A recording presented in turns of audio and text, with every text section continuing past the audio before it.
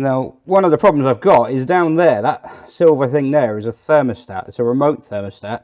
I got on eBay, it's listed for a BMW. Apparently they have thermostats built into something which is hard to change, and people use an inline one. The problem with this thermostat is it's leaking. So, do I remove that thermostat and just, for the time being, just straight pipe it? And I can't even remember if there is a thermostat in the engine now. Did I take a thermostat out? I can't remember if I left one in or took it out.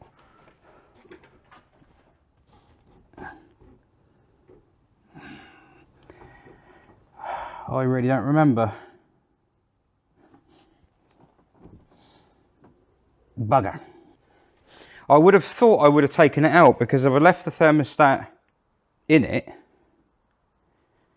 then the heater circuit wouldn't work, because the heater circuit's at the front. That's one thing that's not quite right on Hilda, is the original Imp heater circuit. As I said before, it was heater hoses that used to run down the seals, meaning they ran off the engine regardless of, I mean, obviously the Imp didn't have a front mounted radiator originally, but the heater hoses would have been straight off the engine then, as they would be on any other car. Whereas this car, there's one of them, and there's the other one disappearance. They both go up there, so they kind of bypass the radiator just before the radiator. That's why there's a thermostat here to stop the fluid, the coolant going through and missing the heater. So when this is shut, it will force some up there. That's the plan. It's not going to work brilliantly when that opens, admittedly, but the logic is that it's never actually had a heater. In the 2,369 miles I've done in it, it never had a heater. It never even had a heater fan. So it'll be warm enough. I mean, there's coolant pipes in there with you. It's more the demisting that's the issue. I don't know how this setup here is going to work, to be honest. And I was prepared for the fact I may have to put some kind of restrictor in to encourage coolant to go up that heater. Well, that's what that thermostat was for. And then when, you know, the heat gets too much, the thermostat would open eventually and let it through. But it's leaking. The car hasn't even been driven. So that's good, isn't it? So obviously the other day we saw my amazing, ingenious drain plugs, but they haven't worked for this, because this bit here is lower than them, because it has to go up and over the bulkhead and then down again. So I've unhooked it from the top of the radiator. That's all dry in there, that's fine. So I'm going to slowly unhook this until I get down this far, and hopefully the coolant, there must be a little bypass valve in there, will have drained back down to like here somewhere, meaning I can take off the thermostat without spilling any more expensive coolant. This is annoying, because all this work isn't really work that I was supposed to be doing as preparation to go to Goodwood, but then at the same time, leaking coolant all over Goodwood's circuit would not make me popular. In fact, leaking waterless coolant all over the circuit definitely wouldn't make me popular, because it is slippy stuff. But what's annoying is this thermostat is... Oh, there's a puddle down. Is that a puddle? Yes. Well, this thermostat is brand new. It hasn't even been used.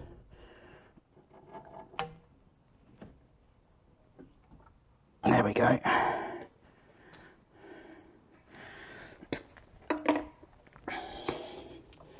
Now I can confirm there is a thermostat in there. Whoop. Ah. Can't see where it's leaking from. I have to go and have a look in a vise. Alright, so I've managed to take it apart.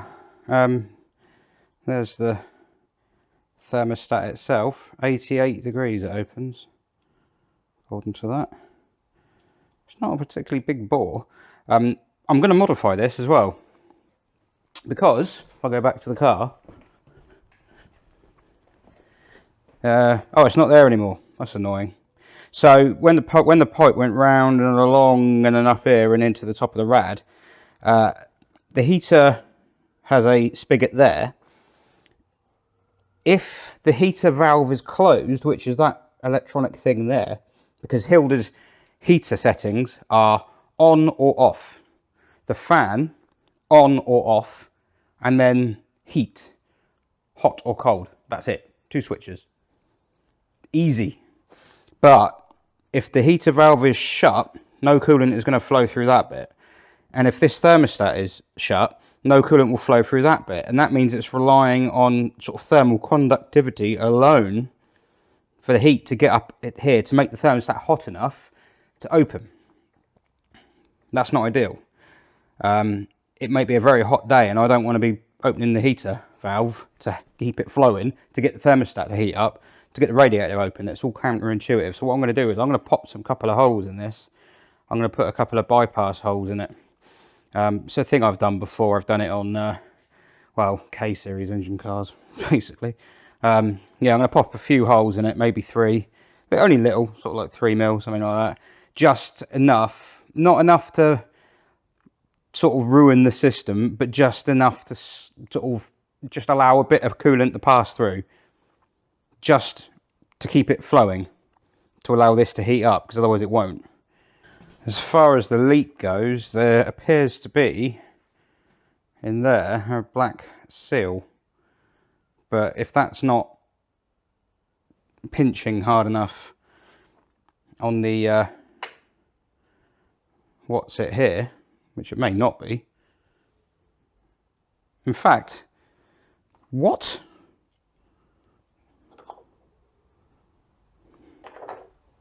No, other way around. Hang on, that's never going to seal.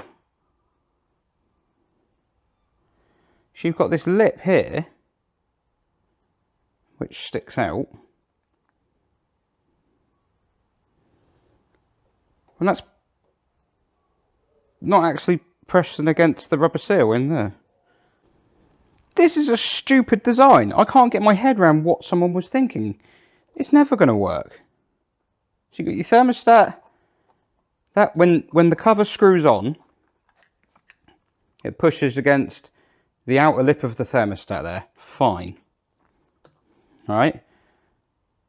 There's the housing. So the thermostat goes in the housing. We know this lip here pushes against the outer lip of the thermostat.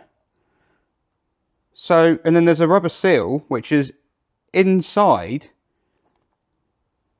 It's not proud at all. There's no seal. It's not touching anything. That's supposed to be a lot bigger. And I imagine it would touch the outside of this. But it isn't. It's just... That's dumb.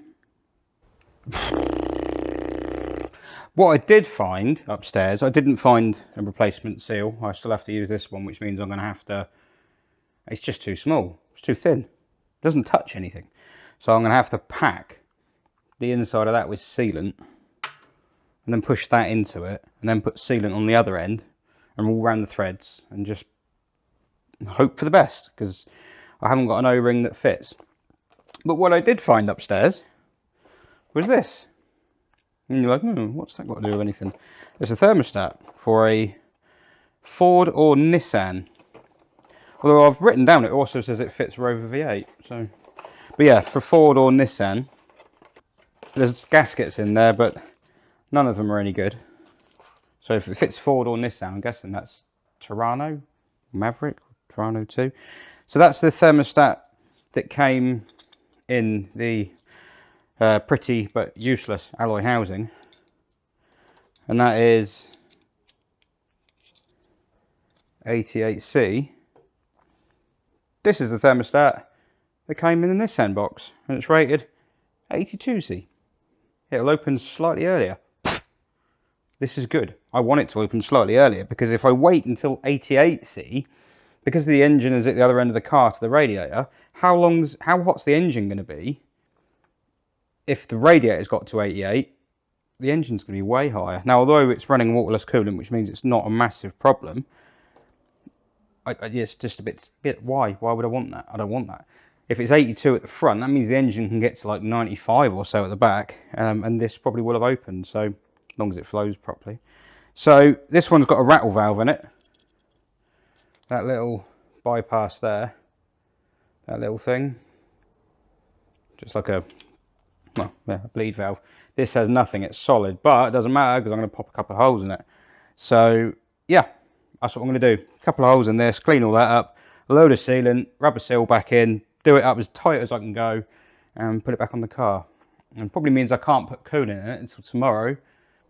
Yeah, the sealant has to go off, so yeah, that's going to be tomorrow. There you go, I ruined my thermostat. Everyone will be looking at that going, what the hell have you done that for? That's just, you've completely negated the point of a thermostat. Well, yes, technically, but the reason I've done this is because I don't want this to be an absolute dead end. I want it to allow a little bit past, but just restrict it slightly. And then when it's really hot and the thermostat is fully open, and you've got the 4 little holes and the thermostat open, the radiator will be getting a good flow of coolant. The heater won't work if there's nothing choking the radiator just after the heater matrix. The idea is that this cooling system, the entire cooling system, the hoses that are in it and the pipework are far bigger than needed. They're all 35mm. So there's way more in there than there needs to be. And there's about 11 litres of coolant in this thing. So I don't think it's going to be a problem. When I had a car on the road before, cooling was never an issue. Granted, I hadn't put a thermostat with holes drilled in it in front of the radiator, but I think it'll be okay. I know what I'm doing in my head. But yeah, that's the plan. I'm going to put that in there. That will, the 4 little holes will allow enough coolant to go by to allow this circuit to warm up enough to keep the heater hot, because the heater will still be the path of least resistance, because that's open and that's bigger than those 4 little holes. But then when the thermostat opens, and it will get warm, because enough warm coolant will pass the small 4 little holes, that will allow the thermostat to open. If I didn't put the holes in it, unless I had the thermostat mounted, we can't see, unless I had the thermostat mounted down here and then a bypass pipe right before it, which is what most engines would have because the thermostat is bolted to the engine on most engines, then that would probably work. But I don't have that. The closest bypass I've got is a heater, and as I said, if the heater's shut, it's just going to be cold all the way up to here. So that will allow it to warm up. But yeah, it goes engine, through to the front, then the heater. I know it's a bit of a backwards way of doing it, but I haven't got the heater hoses. I mean, that would have been the better way to do it, was run the heater hoses through the sill like they're supposed to be to the engine. I have got the spigots on the engine that will do that. I just haven't because I'm an idiot. But what I have done, you will have noted, if you are keen of eye, oh, and I'm not able of knee. Right. There are 2 coolant gauges there. Front, rear. Yes, there is a sensor by the radiator and there is a sensor on the engine, so I can see if the engine's overheating but the radiator isn't getting hot. Ah. So yeah, that's what they're for. And then the one over there is for oil, but that's not connected yet. And then, down here, I have more switches. The heater blower is this one. That works quite well. When that heater blower is on, I've got a little orange light telling me it's on. This one here is hot or cold. Glow plug, that's the closest thing I could find to hot or cold. So that's heater on at the moment. But when the cooling fan comes on, and it will, this light here lights up red. So I know that's basically a secondary, well, the cooling fan sensor is here. This is what I turn to set the cooling fan. So don't worry, it's a fail-safe. I've got it under control. It will almost certainly not overheat. There you go, so the O-ring's back in with some sealant around it. And the thermostat with holes in is in there too. Now I just need to put some sealant on this around the outer lip and a tiny bit on the threads, just to be careful, or just be sure, and then put it in and do it up and hope I never touch it again. If that don't seal it, I don't know what will. And also I can be sure, if I look inside, my holes have not been filled with orange goo. Because some people will be going, no, you just put loads of sealant in there, it'll block it all up. No, it won't, smart ass. And there goes that. And then that will go there. Yeah, I would like to put the coolant in it now and see if it worked, but let's not be hasty. Taking my sweet ass time with everything else on it. There's no point rushing that, is there? So it's just, I know it doesn't look amazing, but I'm going to leave the Jubilee clips with the screws showing. See, the proper way to do it would be to wind them round so they're not showing, so you can't see the driver bit, but right now I just want to be able to get to it and tighten it if I need to, so I'm not going to faff about. There we go. You better work. Right, well, that pretty much wraps up another Hilda Goodwood Jeopardy diary. Catchy title. So, cooling system's all buttoned back up. No coolant in it yet. I need to, in fact, I'm going to have to filter that out as well. And there's some in this bottle. That's waterless coolant, but that's got a bit, it's got mixed with some mank. I'll see if I clean that out. I don't know what I'll do, but I've got to clean the other stuff out that I took out the other day. Bleed it in. So you fill it from the top here. This is all my own design, this system. So if it doesn't work, you can laugh at me. You fill it from this bit here. The radiator self-bleeds. This return here is from the radiator. So the radiator self-bleeds. The heater circuit, as long as that's open, which it can be now because it's wired, that should self-bleed as well. And then it finds its own way back to the engine. And because that header tank is higher than the engine, well, it should be higher than the engine. It looks like it might not be at the moment. Maybe the suspension needs adjusting. There's no bleed points on this engine. There was something up on the thermostat housing. That's been removed and a spigot has been put in its place, to which this is connected. That's what this redundant Jubilee clip's for. So what I do is I remove that bolt and hold it up here like this, which makes that higher than the header tank at the front. And then bring it down slowly as I'm filling until everything else is filled.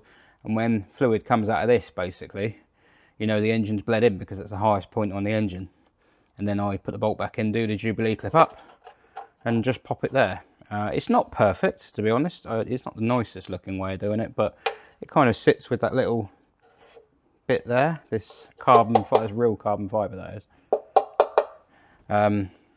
So is the boot. Hilda is an expensive imp. Yeah, that'll sit there like that. And I don't know what I'll do long term. That was just a temporary thing, but that'll do for now. So we'll bleed it in tomorrow and we'll see how it all goes. And fingers crossed, yeah, might have broken the back of it. Still has no interior, still has no seat belts, still has no seats, still got no dashboard, or half the dashboard missing. Yeah, there's a fair bit to do there. Oh, and the back suspension needs doing, and the brakes, and something on the steering, and the front suspension. But other than that, it's fine. 6 days, easy. Cheers, bye.